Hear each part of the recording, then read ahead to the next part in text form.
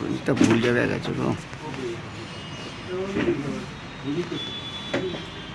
একটু এদিকে তখন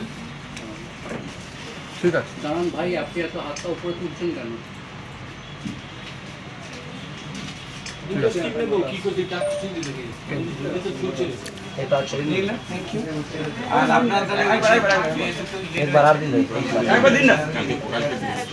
প্রথমবার আপনি দক্ষিণ হাওড়া বিধানসভা বিজেপি প্রার্থী হিসেবে যাচ্ছেন মনোনয়নপত্র জমা দিতে, তো কতটা আশাবাদী?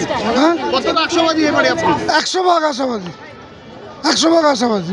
মানুষ সাথে আছে, মানুষের আশীর্বাদ আছে। মানুষ তৃণমূলকে চায় না, করাপ্টেড তৃণমূলকে চায় না।